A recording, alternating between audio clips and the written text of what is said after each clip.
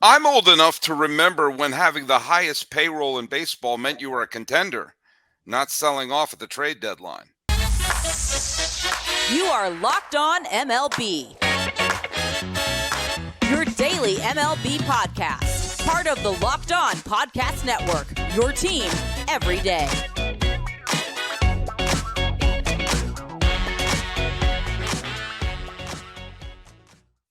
Hello, baseball fans, and welcome to a Locked On MLB, Locked On Diamondbacks crossover. Every week, we get together to talk about all of Major League Baseball and a little bit of what's going on in the desert. I am your host for Locked On MLB. My name is Paul Francis Sullivan. Please call me Sully. This guy calls me Sully Baseball, not to be confused with Sully Football or Sully Lacrosse. They're out there. We have an army of Sullys, and we will win. I'm sorry, I'm finding my inner Oppenheimer right now. Going to see Oppenheimer later today, and he's the host of Locked On Diamondbacks. Guess who's here? That's right. By the time you guys are listening to this pod, I've probably already seen the movie. So if you want to, come talk to me on Twitter at CreatorThomas24 for my personal account. You want to slide in the DMs and discuss Barbie or Oppenheimer. Also the host of the Locked On Diamondbacks podcast. Let me not forget that as well. Streaming on all platforms. And don't forget to catch us on YouTube, Locked On Diamondbacks on there as well. And check out the Twitter and Instagram. Just look up Locked On Diamondbacks in that little search bar. I'm sure you can find the show handle. And you can follow us at Locked On MLB Pods on Twitter and Instagram. I am your pal Sully, but Sully Baseball on Twitter, Sully Baseball Podcast on Instagram. No one's answered the trivia question. I'm on the verge of just saying the answer, but I'm not going to. I'm going to throw it out one last time.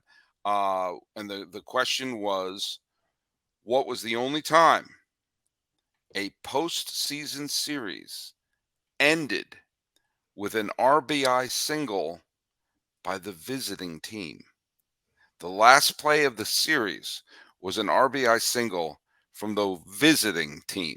So you got to think, how is that possible? On the road, they get an RBI single and the series is over. How did that happen? I gave you a big hint last night. It involved the San Francisco Giants. Come on, folks. You got some of you out there. Answer this question. I did a bonus episode that posted on Sunday. I went to two games between the Red Sox and the Giants at Oracle Park. Both of them were really good games. They're both one-run games. Boston won the first game.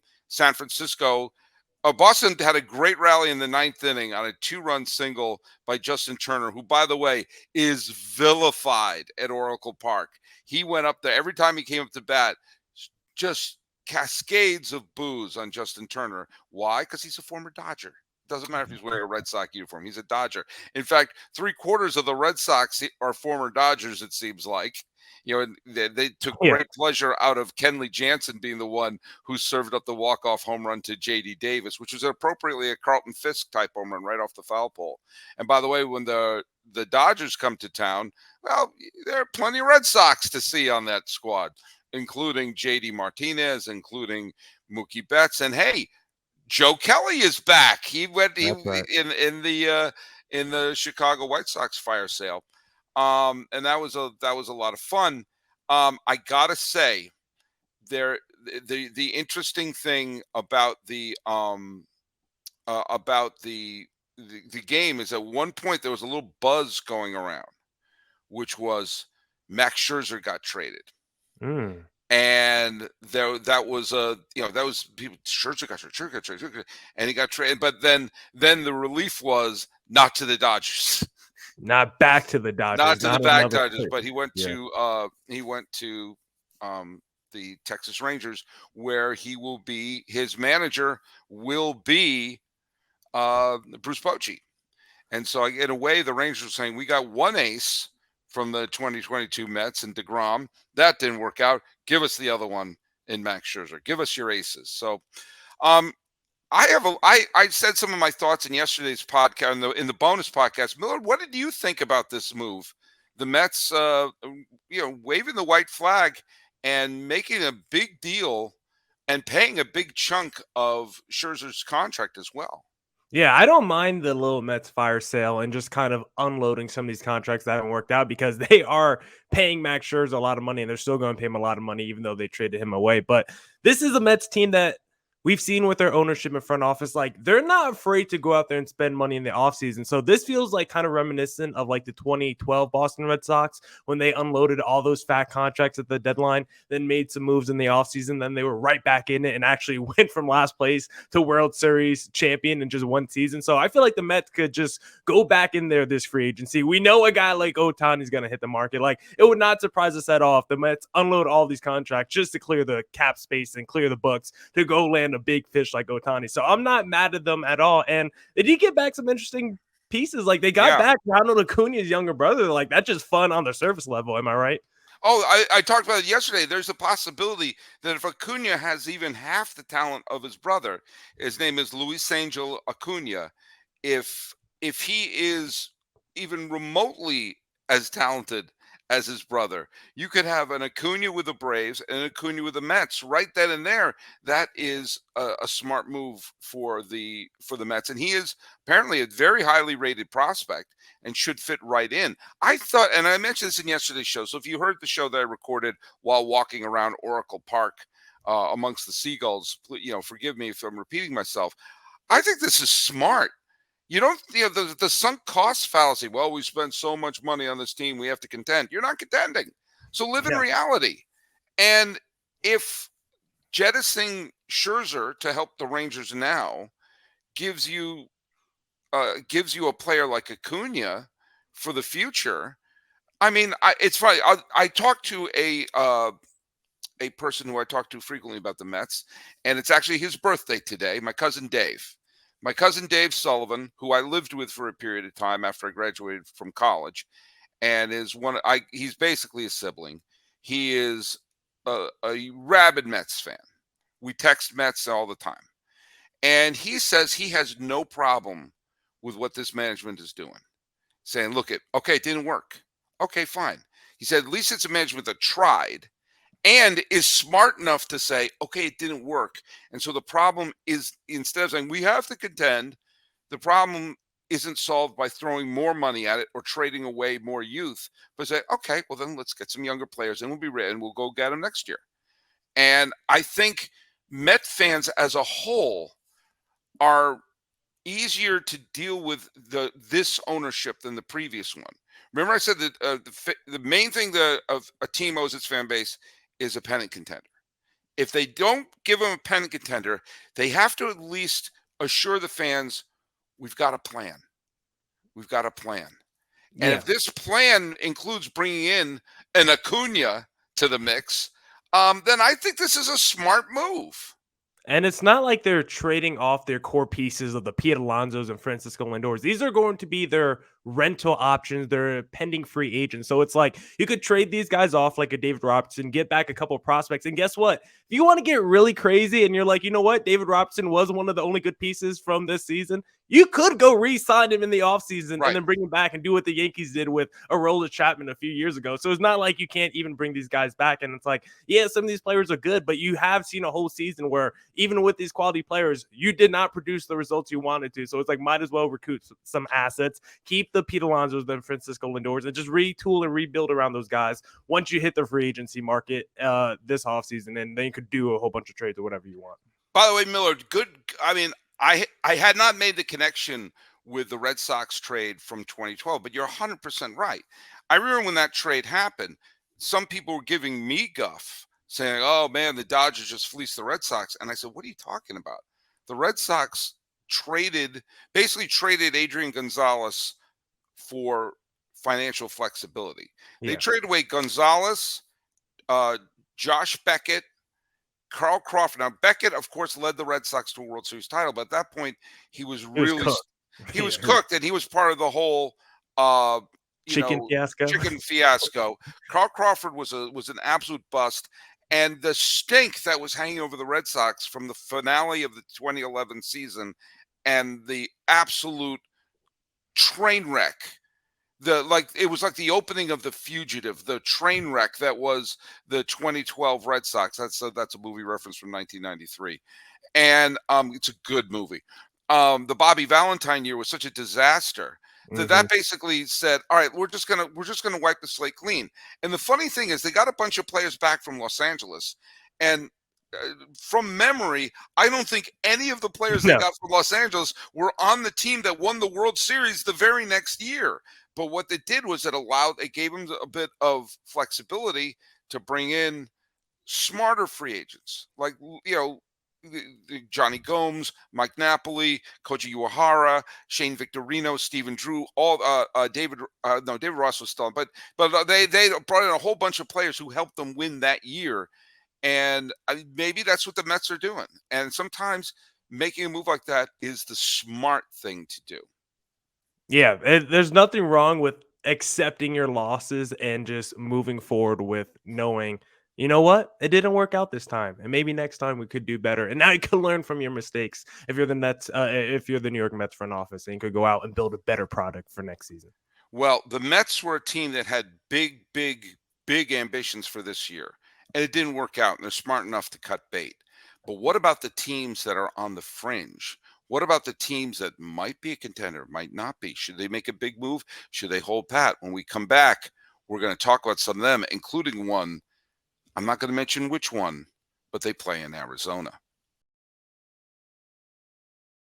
Ooh, but first, I need to tell our listeners about this little site called FanDuel, because if you want to maybe make a prediction about where you think a player should be going, and if you want to find odds on specific trades, the best place to do that is FanDuel Sportsbook, because take your first swing. Hold on, let me bring up the little FanDuel overlay real quick for our YouTube audience, because take your first swing at betting MLB on FanDuel and get 10 times your first bet amount in bonus bets up to $200.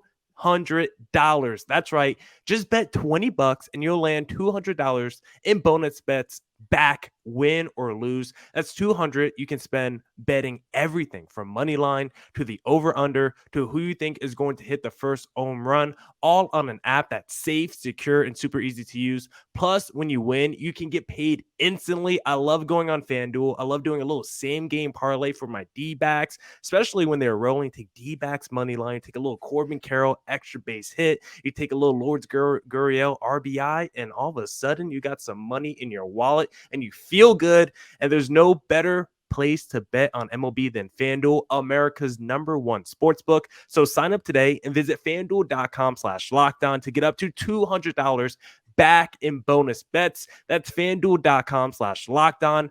FanDuel, official partner of Major League Baseball. The National League playoff picture changes every hour on the hour. And one of the really intriguing things about it is the fact that your beloved Diamondbacks have been either in first place or a wild card team for almost the whole darn year. And as we're recording this in the afternoon of Sunday the 30th. The Diamondbacks are on the outside looking in. Yeah. But one game in the loss column separates the Giants. So one game in the loss column separates the Brewers, the Giants, the Phillies, the Reds, the Diamondbacks, and the Marlins. Okay? So you're just the tiniest of wiggle room. Right now in the standings, Arizona is one game back of the Giants for the top wild card spot. And Yep. yet they're on the outside looking in. Miami also is only half a game out of a playoff spot. And you take a look at some of these teams. Now, as we're recording this, the Marlins are struggling against the Tigers, but it's only a one-run game. And also, there's a little bit of news here. The Blue Jays, we'll get to the Blue Yep. Jays in a second, but the Blue Jays just made an acquisition where they traded for Jordan Hicks of the St. Louis Cardinals. So the Cardinals are in full sell-off mode, but they're not going to trade Nolan Arenado, which I think is insane. If you're going to sell, let's start selling. But let's get back to the National League for a second. You have a bunch of teams there that a little nudge here and a little nudge there between all those clubs. It could be the difference between being in the position where the Phillies were in last year, getting into the playoffs with the last spot, or playing golf. And it's made the appeal of getting that final wild card spot greater than ever. How much of the future is worth sacrificing to get that one spot, especially if you look at the fact that a team like the Dodgers are kind of vulnerable. The Braves aren't, and the Braves will probably win the pennant, but we said the same thing last year with the Braves and the Dodgers, and neither one of them made it to the NLCS. So let's just start with the Diamondbacks, who are your team, and then we can take a look at some of the other teams as well. How much should they be risking to try to get into the dance? Yeah, well, my message for the D-backs and kind of all these front offices fighting for that wild card spot is you should get super aggressive, because I think we've already seen with some of the trades made, like all you have to do is give up like a fringe top 30 prospect, maybe 2 fringe top 30 prospects, and you could go out and get any one of these rentals from the David Robertsons that went to the Miami Marlins, or we've seen what the Dodgers moves have been doing, or the Rangers with Max Scherzer. Like, it's not taking a king's ransom to go out and get these high quality starters and relievers for your team, position players for your team. So if I'm a team like the D-backs and I see what the Marlins just gave up for David Robertson, I'm assuming the Blue Jays aren't giving up a lot for Jordan Hicks. Like, the D-backs desperately need bullpen help. We've seen them. They've had one of the worst closing situations in baseball for like the last 3 years, and they could just have a mediocre closing role. Like, this team could be so much better. So it's like, when I see all these relievers go off the market for not that much, it's like, why are teams like the D-backs just sitting on their hands? I do think they need to be aggressive. I don't think you have to go out there and give up the Jordan Lawlers, the Drew Jones, your blue chip prospects. I don't think it takes that much to go out there and get these rentals, because a guy like David Robinson, late 30s, is going to be a pending free agent. It's not going to take a whole ton of capital to get players like that. So a team like the D-backs, a team like the Phillies, Reds, even your Chicago Cubs, you're only 3 games back. Like, all these teams should honestly just get aggressive and try to improve their roster, because why not? I don't think it's going to take a king's ransom to get any of these players off the market. You jumped ahead in my notes there, because there is a rude interloper in this situation, and that is, as of this recording, the Cubs are in the middle of an 8-game winning streak, and even if they wind up not winning this afternoon, I believe they're currently losing to St. Louis in the 8th inning, but the Cubs have had what I thought was the single best trade chip. Well, I mean, outside of Ohtani, okay. I mean, Ohtani, that's Oppenheimer's. Yeah, that's passing bomb. That's a passing. Absolutely, yeah. That's. Right. But got to tie it in. Hashtag Oppenheimer. Hashtag Shohei Ohtani. We're trying to get some clicks on this. Passenheimer. But I think that. I thought that Marcus Stroman was the single best, because the Cubs were going nowhere. Stroman was pitching like a legit all-star. I said, my God, the Cubs could get like 2 blue chippers, and then all of a sudden I said, or they could start winning. Yeah. And they could climb right back into the race, which, mind you, must be so aggravating for the Padres and the Mets to see the Cubs are the team that dusted themselves off. And as we've seen, the Brewers, the Phillies, San Francisco, Cincinnati, Miami, Arizona, none of them are actually playing like the 1998 Yankees at this point. None of them are being world beaters. When you see the Cubs they're only 2 games back in the loss column of all those teams. It will only take a decent August to introduce the Cubs right into the wild card situation, which meant that who they were going to get from Marcus Stroman, they could get a king's ransom. They also had a couple of key teams in desperate need of a legitimate hitter, like the Yankees, and Yankee fans were talking about Clay Bellinger. I forgot which former All-Star Dodger was in my head. I just saw Jock Peterson play at San Francisco. No, Clay Bellinger.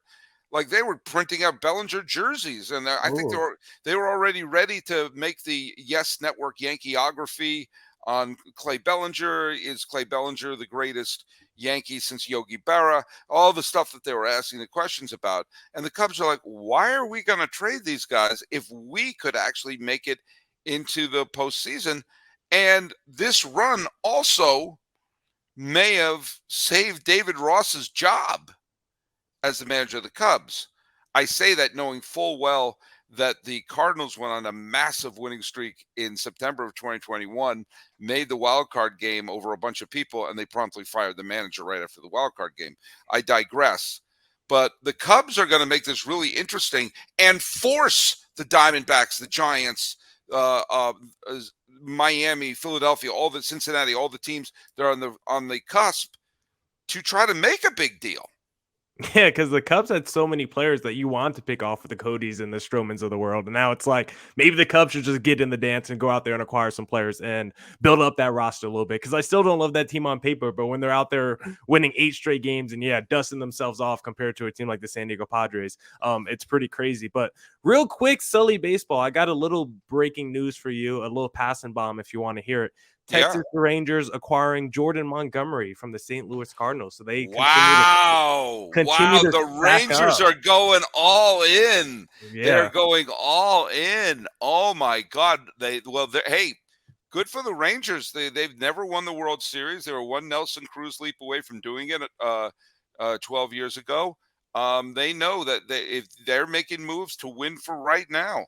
And a lot of this started when they signed Marcus Semien and Corey Seager a few years ago. And I remember scratching my head going, it's interesting. Why do they think they're contenders? And hey, good for the Rangers. Good for the Rangers. That's what you want from your management. Going all in. Corey Seager was put on this earth to be a star New York Yankee. He was a perfect New York product. He was everything the Yankees needed. A winner, a good shortstop, had a left-handed swing that would be perfect to the Bronx. Texas gobbled him up. They gobbled up Semien, who is a beast. He's not only a beast. I'm going to make a comp which people in my generation will understand where I'm going with this. Terry Pendleton, who won the NL MVP in '91, was just a winner. Where he played in St. Louis or in Atlanta, you got the sense that not only was he a good player, you also got the sense that his baseball IQ was off the charts, and he made the other people around him better. Like he was one of those tides that raised all the boats. You saw that when he went to Atlanta, and I saw that with Semien when he was with Oakland and when he was with Toronto. He's doing the exact same thing in Texas.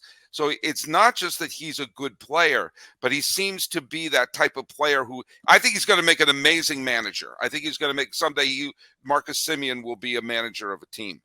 But yeah, I think good for the Texas Rangers.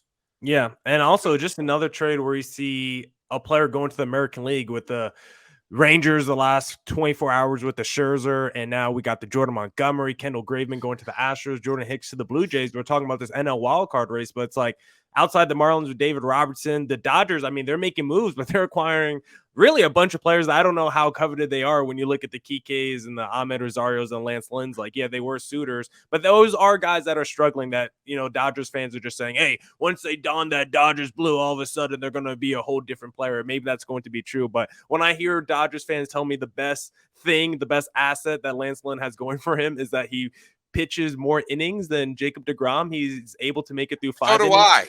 I'm like, okay, 5 innings, 5 earned runs. I guess that's a quality starter for the Dodgers at this point in 2023. I don't mind the move of Kelly and Lynn to Los Angeles. That's a complimentary move. Mm-hmm. I thought Montgomery was going to go to LA. And if the White Sox are in full sell-off, Cease is probably still available. LA start calling him like crazy right now. I don't know. It is interesting. The Dodgers have made some moves that are cosmetic, but it might be just pushing peas around a plate right now.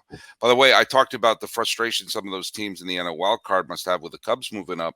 Imagine what's me if you're a White Sox fan selling everything off and you're seeing the team at the top is just 2 games above 500. And you're like, really? With all these players that everyone want, we couldn't put a team that's 3 games above 500 on the field? But alas. Yeah. Hey,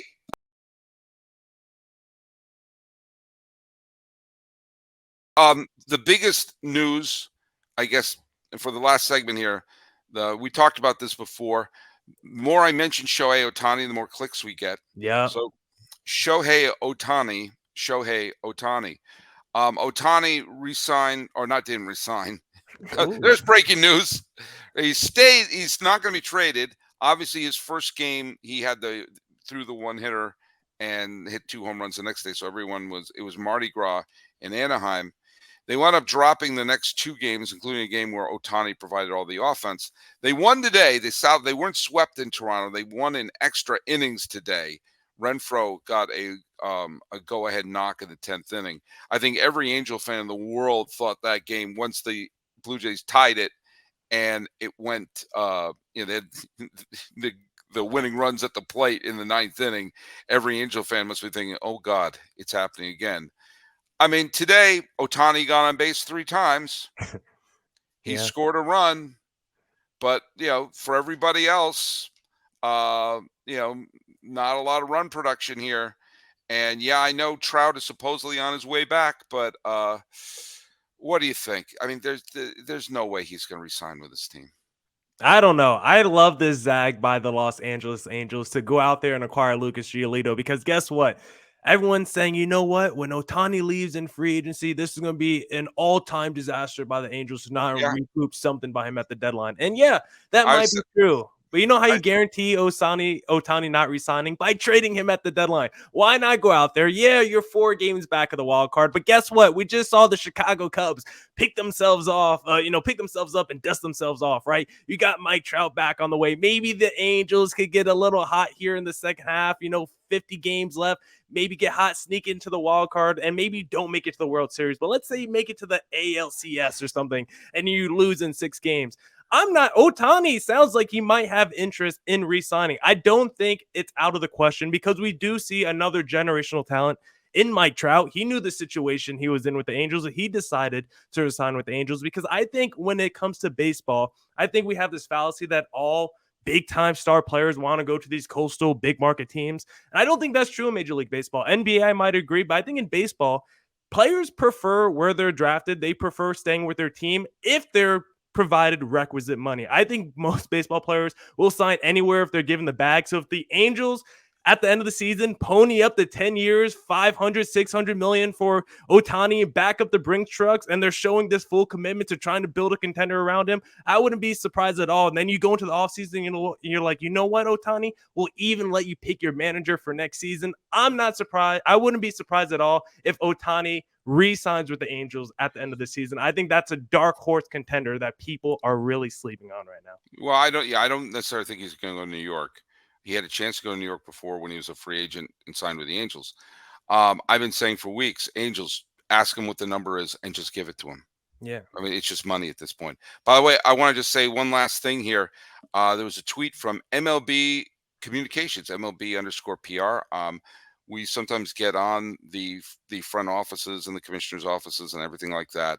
But let's say something positive here. I'm just going to read you what it says here. Saturdays, the day that I was at Oracle Park, 15 games drew 582,872 fans. An average crowd yesterday was nearly 39,000. And that is the highest for a Saturday regular season Saturday since August of 2013. So this was the best Saturday we've had in just about a decade. And 11 games were 35,000 or more. And keep in mind, the A's played the Rockies.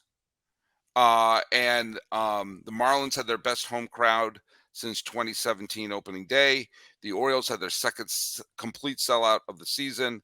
The D-backs best home crowd since opening day. And I mentioned the A's and the Rockies, what do you think they drew? A lot. I know Rockies games go hard. 45,000 went to see the 2 worst teams in baseball. Folks, baseball's alive. We love it. And guess what? I went to the game yesterday and had a lot of fun. I did not have the garlic fries. Do you know why? Why? I'm 51. Garlic fries fight back. Hey, Okay. Well, we're gonna have a great week. The trade deadline is coming up, and so we're gonna see a whole bunch of deals coming up. I predict Verlander is gonna be dealt. Oh, you never know. And real quick, do you think it's the new rules? That's why attendance is up. Quicker baseball games. Yeah, I think it's the games I went to were fast. Yeah. They were exciting. And there was a lot of speed on the base pass. I think it's a more fun game. There were a lot of kids in San Francisco, lots of young kids there wearing Giants and wearing Red Sox unis. So it was a lot of fun. But hey, we're gonna have fun this week. Millard Thomas, where can they listen to Yeah. your show? Follow me, wherever you stream podcasting on all streaming services, Spotify, Apple, YouTube. Look up Locked on Diamondbacks on all of them at Creator Thomas 24 for the personal account, or look up Locked on Diamondbacks on Twitter or X, whatever it's called, and also on Instagram. On X. Yeah. They updated my app today, Sully. I have X everywhere now. I'm very frustrated. Yeah, God forbid. But you can follow us on X at Sully Baseball, Locked On MLB Pods. Or if you want to go to Instagram, which is a little more cute and cuddly these days, you can follow us at Sully Baseball Podcast and Locked On MLB. Getting ready for my cousin's birthday. Hey, Dave. And getting ready to watch Oppenheimer. And the trade deadline coming up. This has been Locked On Diamondbacks crossover for the 30th day or 31st, at least, last day of July. I'm your host, Paul Francis Sullivan, and that's Millard Thomas. Let's fist bump.